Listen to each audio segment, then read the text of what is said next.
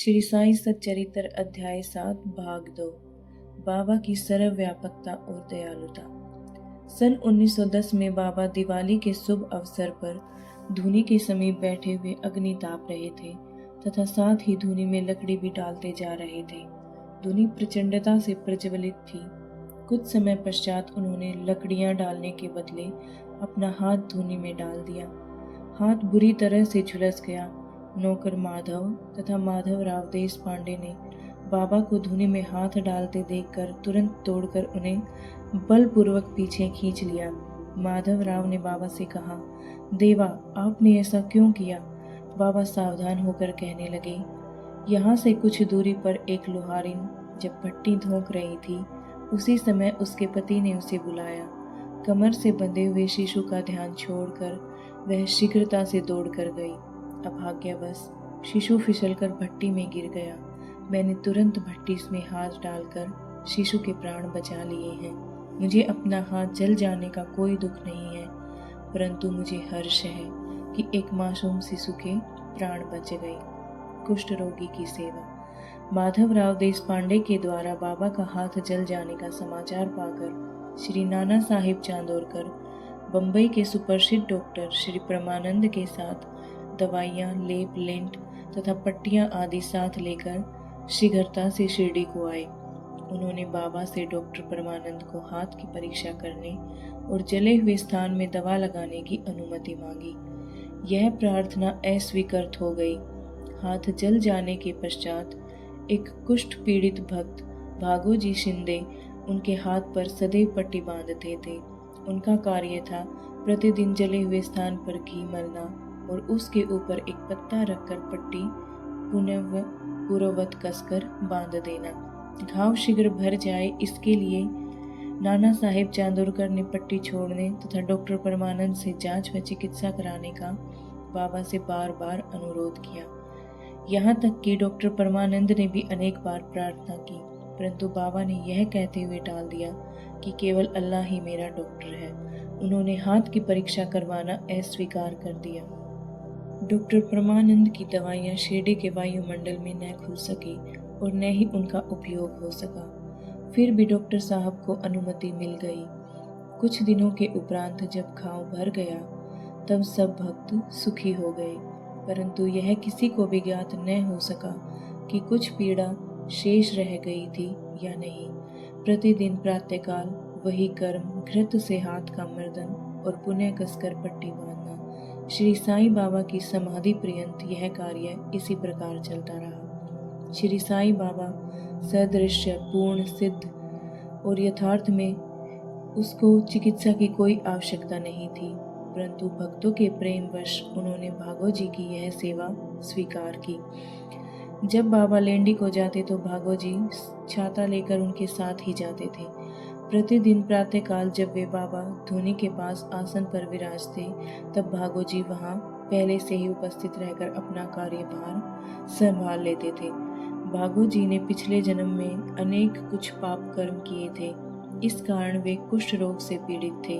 उनकी उंगलियां गल चुकी थी और शरीर पीप आदि से भरा हुआ था, जिससे दुर्गंध भी आती थी। यद्यपि बाह्य दृष्टि से वे दुर्भागी प्रतीत होते थे, परंतु बाबा का प्रधान सेवक होने के नाते यथार्थ में वे ही अधिक भाग्यशाली तथा सुखी थे।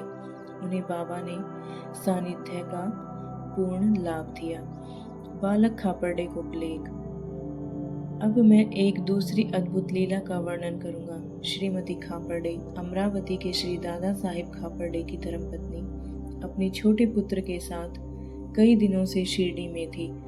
पुत्र तीव्र ज्वर से पीड़ित था। उसके पश्चात उसे प्लेग की गिल्टियां भी निकल आई। श्रीमती खापर्डे भयभीत होकर घबराने लगी और अमरावती लौट कर जाने का विचार करने लगी। संध्या समय जब बाबा वायु सेवन के लिए वाड़े की ओर जा रहे थे, तब उन्होंने उनसे लौटने की अनुमति मांगी और कंपित स्वर में कहने लगी कि मेरा प्रिय पुत्र प्लेग से ग्रस्त हो गया है, अतः अब मैं घर लौटना चाहती हूँ। प्रेम पूर्वक उनका समाधान करते हुए बाबा ने कहा, आकाश में बहुत बादल छाए हुए हैं, उनके हटते ही आकाश पूर्ववत स्वच्छ हो जाएगा ऐसा कहते हुए उन्होंने कमर तक अपनी कफनी ऊपर उठाकर वहां उपस्थित सभी लोगों को 4 अंडों के बराबर गिल्टियां दिखाकर कहा, देखो मुझे अपने भक्तों के लिए कितना कष्ट उठाना पड़ता है, उनके कष्ट मेरे हैं। यह विचित्र और असाधारण लीला देखकर लोगों को विश्वास हो गया कि संतों का अपने भक्तों के लिए किस प्रकार कष्ट सहना पड़ता है। संतों का हृदय मोम से भी नरम और अंतर मक्खन जैसा कोमल होता है। वे अकारण ही भक्तों से प्रेम करते हैं और उन्हें अपना निजी संबंधी समझते हैं। पंढरपुर गमन और निवास। बाबा अपने भक्तों से कितना प्रेम करते और किस प्रकार उनकी समस्त इच्छाओं तथा समाचारों को पहले से ही जान लेते थे, इसका वर्णन इस अध्याय में इस प्रकार करूंगा। नाना साहिब चांदोरकर के बाबा के परम भक्त थे। वे खानदेश के नंदूरबार के मामलेदार थे। उनका पंढरपुर को स्थानांतरण हो गया और श्री साईं बाबा की भक्ति उन्हें पूर्णतः फलदायी हुई, क्योंकि उन्हें पंढरपुर, जो बैकुंठ का पृथ्वी का स्वर्ग सदृश ही समझा जाता है, उसमें रहने का अवसर प्राप्त हो गया। नाना साहिब के शीघ्र ही कार्यभार संभालना था, इसीलिए वे किसी प्रकार से सूचना दिए बिना ही शीघ्रता से शिरडी को रवाना हो गई। वे अपने पंढरपुर शिरडी में अचानक ही पहुंचकर अपने विठोबा बाबा को नमस्कार कर फिर आगे प्रस्थान करना चाहते थे। नाना साहिब के आगमन की किसी को कोई सूचना न थी, परंतु बाबा से क्या छिपा था, वे तो सर्वज्ञ थे।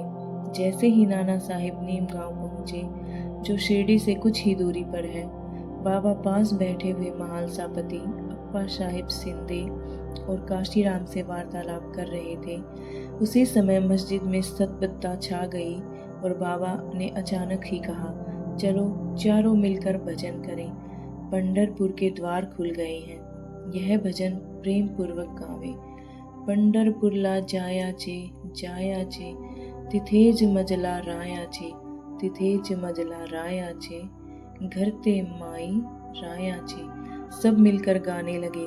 भावार्थ, मुझे पंढरपुर जाकर वहीं रहना है, क्योंकि वह मेरे स्वामी का घर है। बाबा गाते जाते और दोहराते जाते। कुछ समय में नाना साहिब ने वहां सहकुटुंब पहुंचकर बाबा को प्रणाम किया। उन्होंने बाबा से पंढरपुर को साथ पधारने तथा वहां निवास करने की प्रार्थना की। पाठकों, अब आप इस प्रार्थना की आवश्यकता ही कहाँ थी। भक्तगण ने नाना साहिब को बतलाया कि बाबा पंढरपुर निवास के भाव में पहले से ही हैं।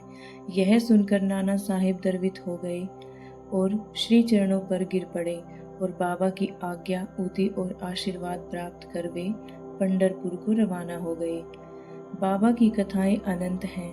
अन्य विषय जैसे मानव जन्म का महत्व, बाबा का भिक्षावृत्ति पर निर्वाह, बाईजाबाई की सेवा तथा अन्य कथाओं को अगले अध्याय के लिए शेष रखकर अब मुझे यहाँ विश्राम करना चाहिए। श्री सद्गुरु साईनाथार्पणमस्तु। शुभम भवतु। ओम श्री साईनाथाय नमः। साई नारायण नारायण हरि हरि।